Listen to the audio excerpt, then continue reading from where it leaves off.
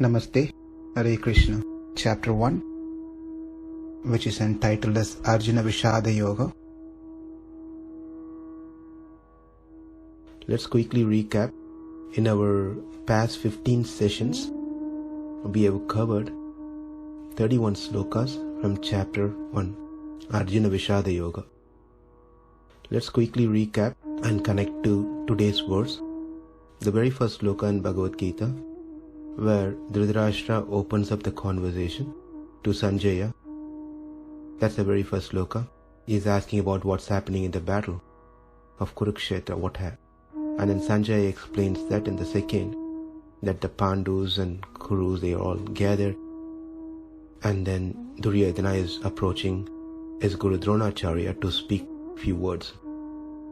And then from the third sloka to 12th sloka, it's all about Duryodhana speaking to Dronacharya, explaining the strengths of the opponent and strength of his army, and how he emphasized on giving protection to Bhishma Deva. And after that, Sanjaya, again in 13th sloka to 20th sloka, Sanjaya narrates on the various parties blowing their conch shell, the Shankha, and the outcome of the blowing of conch shell from Pandava's side and as well as the Kaurava side. And the respective conch shells names on the Pandava side is also been mentioned.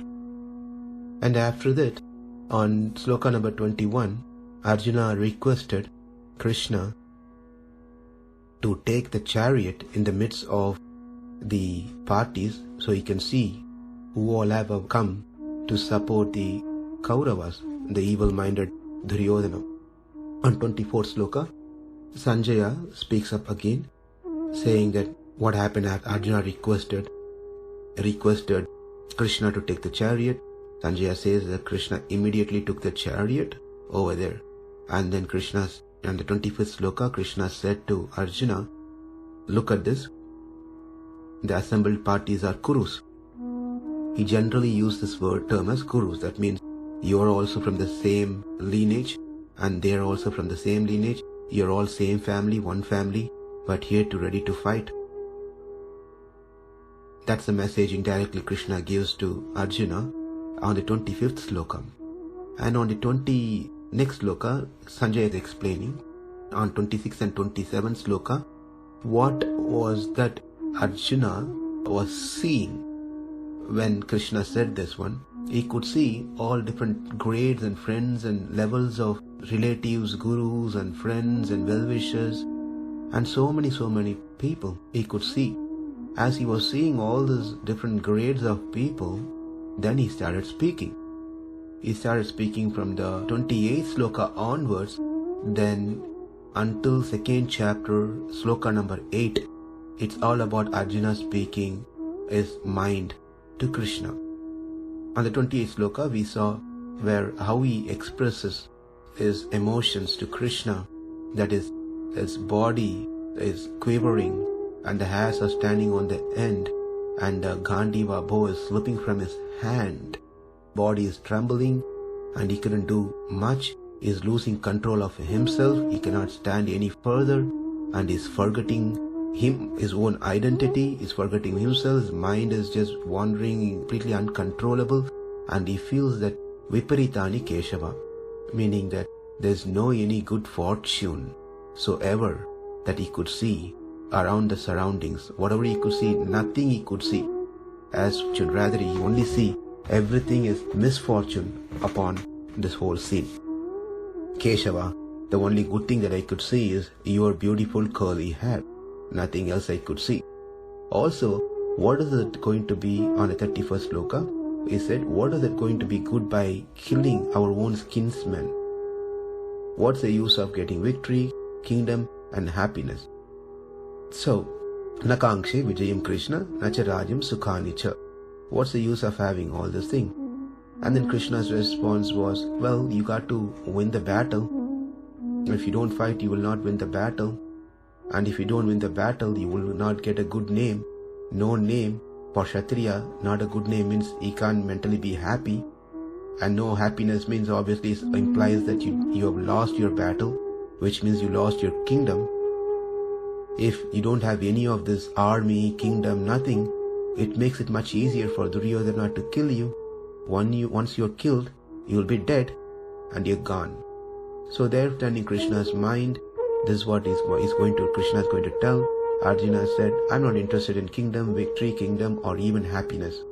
I don't mind to be killed, because if I get killed, well, I'll go to heaven. I'm going to be happy anyway over there. So what's the point? Why should I fight for these things? So sloka number 28 through chapter 2.8, it's all about Arjuna crying out and giving reasons for not wanting to fight. In the set of slokas, there are 5 reasons that Arjuna is going to give. Number 1 is a compassion, and number 2 is the loss of enjoyment, and number 3 is fear of sinful reaction, and number 4 is destruction of family tradition, and the last point in the second chapter on 6th sloka, we will see is unable to make decisions. So he is lost, right? So these are the 5 reasons that Arjuna is going to place, making his case stronger to Krishna, saying that I'm not going to fight because of these 5 valid reasons. So we are going to see all these reasons as we go through from these slokas. So sometimes people become very philosophical. They start speaking philosophically, right? On a couple of situations they become philosophical. Number 1 is when they they are really advanced in spirituality, they are very philosophical. They start seeing things in a different, altogether different, they wear a different glass to see things, eyeglasses. They don't see like how normal people see. So they speak philosophically.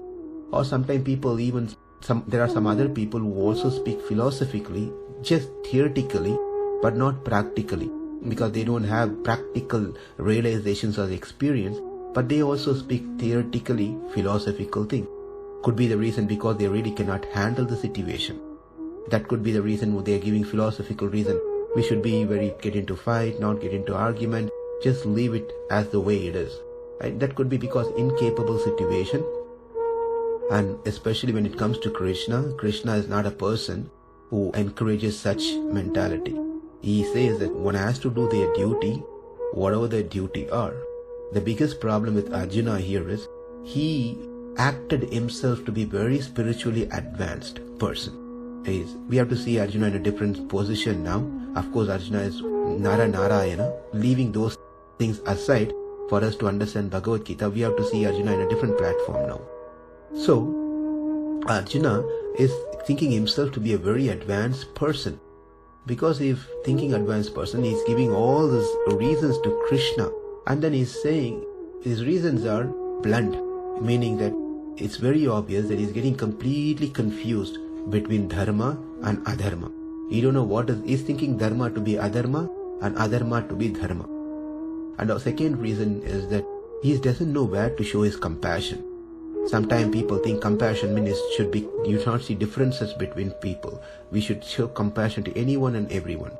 Well, that's not true. The reason because if say for example, if some rich man is walking on a street coming out of casino, is carrying a bottle of alcohol. A boy is coming and asking for something for him to eat, something for him to drink, something like that. And immediately the rich man gives a bottle of wine to this 5-year-old boy, showing his compassion.